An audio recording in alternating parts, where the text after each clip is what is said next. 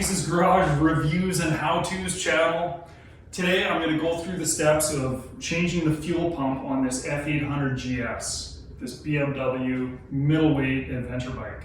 Before we get to the steps though, let's talk about the why. So recently I bought this BMW F800Gs and I'd be riding for about an hour, maybe an hour and a bit. I'd get 100 kilometers off of the tank of fuel and the bike would start stalling. So I'd be riding down the road, come off the gas, and then when I'd go to apply throttle again, the bike would want to die. It would always start up again and it would get me home, but I kind of had to hold the throttle high. And I think what happens with these bikes is that as the fuel goes down to a certain level, the original pump starts to overheat and it must cut out, something like that. I think this is a common problem with this bike. So when it comes to changing the fuel pump, if you have a moderate amount of technical expertise, you can probably do this job. It's not that hard. I did it, you should be able to do it. And when we start by taking off the seat. If you can't get the seat off, you don't want to do this job. Okay, so let's go through the steps. Let's go through the steps to an F800Gs fuel pump change. And I think some of the other BMW models are kind of like this, but I've done this one, so this is the one I'm going to talk about. First of all, you want to do this when you have less than a half tank of fuel.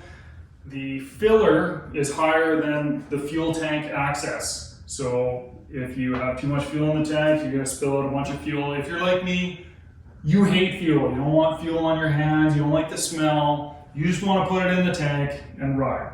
So let's go through the steps. First of all, it might be a good idea to just clean the area around the top of the fuel tank, which is located underneath the seat in this model.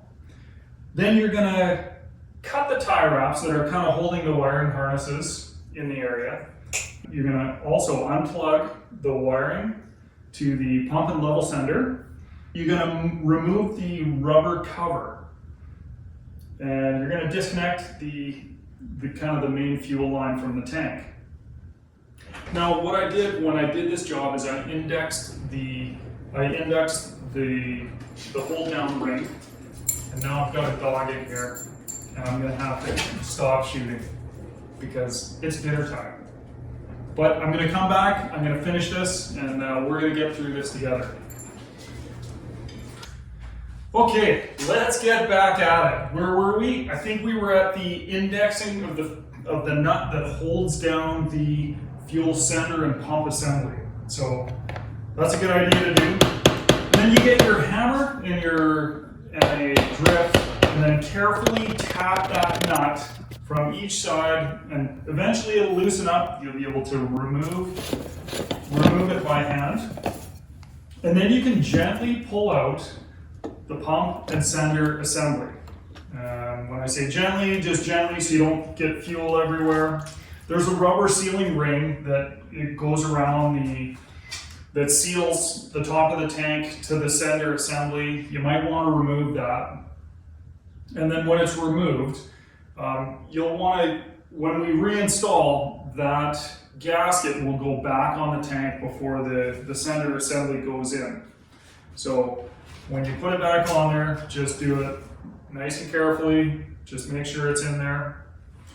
And when you have the top of the tank removed, you might want to cover it.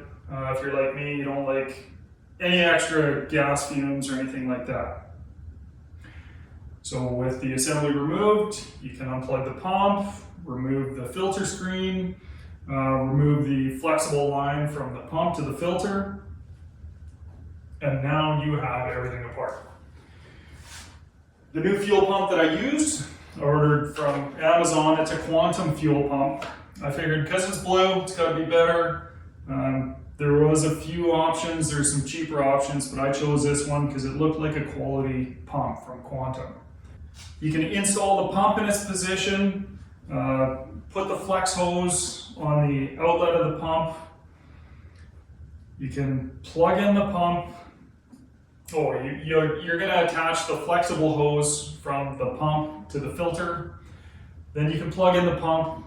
Make sure that the wires for the plug-in for the pump don't interfere with the sender assembly.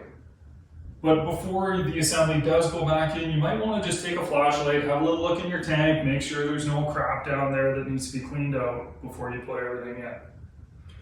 Another thing to note is when you put the assembly back in, the assembly is indexed. And so you want to get that indexing tab in the right spot, and you're going to gently place the assembly back into position.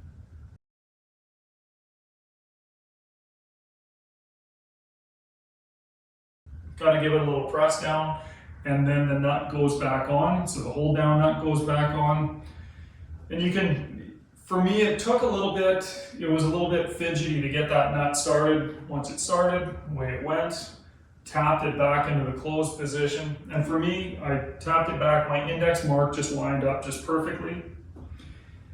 And then you can connect the plug, the fuel line, put the rubber cover back into place, and finish up by tie wrapping your harnesses back up and kind of neat and tidying everything up. And that's it. So you're all good. After that, go down, fill up the tank, make sure you don't have any leaks, and start riding and see what happens. So incidentally, I did this job and I haven't even burned through a full tank of gas yet. So I'm going to drop down in the comments and let you know if I had any problems after this. Time to get back to riding. Brappity brap, and don't look back. Let me know if this video helps you, and if you had any success in the same way that I have. Until then, see you next time on Ace's Garage.